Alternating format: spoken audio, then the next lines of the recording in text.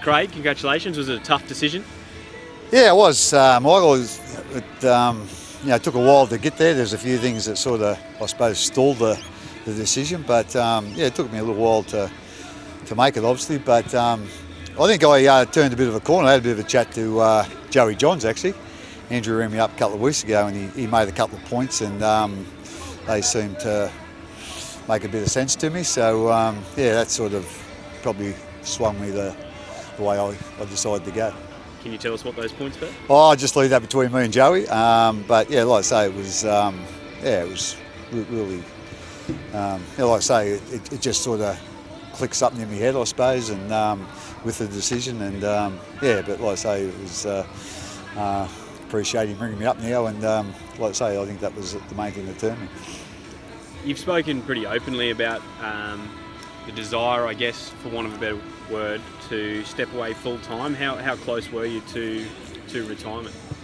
Yeah, well, as I said, I'm not going to sort of, when I do step down from the full time role, I'm going to be in a part time role for a little while. So, yeah, like I say, I'm perhaps getting to that age now where I don't want to be too old to do a few things outside footy, So, but I think I've got another 12 months to give. So, but as I say, that was probably the main point. Spend a bit more time with the family. I've got 4 grandkids now, so love spending time with them. So, yeah, just a couple of things there that, like I say, I want to be able to do pretty freely before I get too old to do that, I suppose. So, but as I said, talking to Joey, he sort of made a couple of things that really made sense to me, and I'm here for another 12 months. Another 12 months, is that it, or is there time after that? Yeah, like I ain't going to say that no more. I think I've said it so many times. So we'll just see what happens, this 12 months and start next year, and then we'll go from there. On a serious note, it's not unreasonable to think you don't have anything left in the game to prove or achieve. So what does motivate you to coach on? Yeah, I think the group we've got here at the moment, I think they're a pretty exciting group, but they're quite an enjoyable group to work with, and our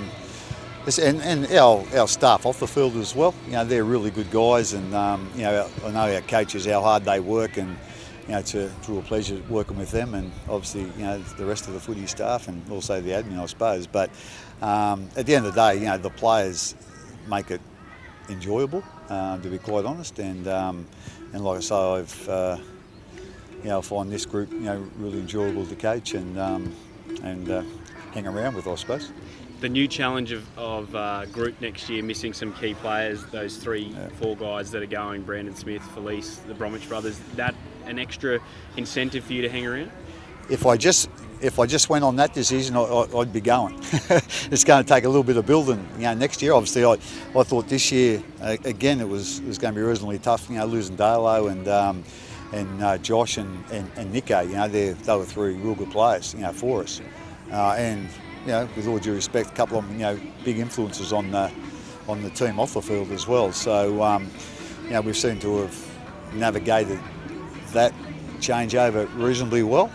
So it will be a big changeover next year. Like they're 4, especially the 3 that are going with the Dolphins. They're really experienced players, and obviously chooses 25 and he's played for New Zealand. So he's going to be hard to replace as well. But hopefully there's a few new young guys there that are really busting to prove himself, and we'll give him in the pre-season. We'll see how we go. There's been a lot of talk about how your decision, your future might affect Cameron. Do you have any inkling what Munster might do? He's off contract the end of next year, which is about the same time your current contract that you've just signed will finish up. Yeah, I've spoken to him a couple of times, and obviously made the point of how keen the club is to keep him long term. So again, he's got his own decision to make, and we've never really, when people want to go, we've never really held it against them. Like we don't want the Bromwiches to go, we don't want Foose to go, we didn't want Brand to go, but they're going, and all those guys have done such a great job for us. When you look at the Bromwich boys, they've been here since 2008. Playing in the juniors and then coming right through. So what they've done for the club has been, quite remarkable, really. These days they don't usually last that long, So especially to one club. And I would have loved to see those 2 guys finish their careers here, but it's not to be. And the decision they made was the best for them and best for their family. And like I say, we're just grateful that we had them for as long as we had them. The Storm have always been really good at that next man up on the playing field. Would you like to have some sort of role, or do you plan on having some sort of role in who the next man up coaching is whenever you do actually step away from full time? Oh, I think I'd like to think I'll get asked an opinion, but at the end of the day, it won't be my decision. That's for the board to make. Like I say, if they want some advice, or not advice, but an opinion, I'll give them an opinion. But at the end of the day, it's their decision, and I'm sure they're more capable of making the right one than probably I am. The romantic thought is Billy, obviously, because he's stepping into a head coaching role at Origin level. Would that just the romantic choice, or could he be a good fit to take over as one of Melbourne's favourite players? Yeah, it'd be a bit of a fairy tale, I suppose, if it happened. Again, I don't know what Billy's thoughts are. Obviously, with coaching Origin, that's not like a whole 12 months. I think Bill's got a few other things on his plate too, with things off the field. So he'll have to make that decision, and obviously with his family. And but the one thing I would say about Bill, if he did take it on, the one thing he does, whatever he goes into, he goes boots and all. There's no dipping the toe in for him, and his passion would be one of his main strengths.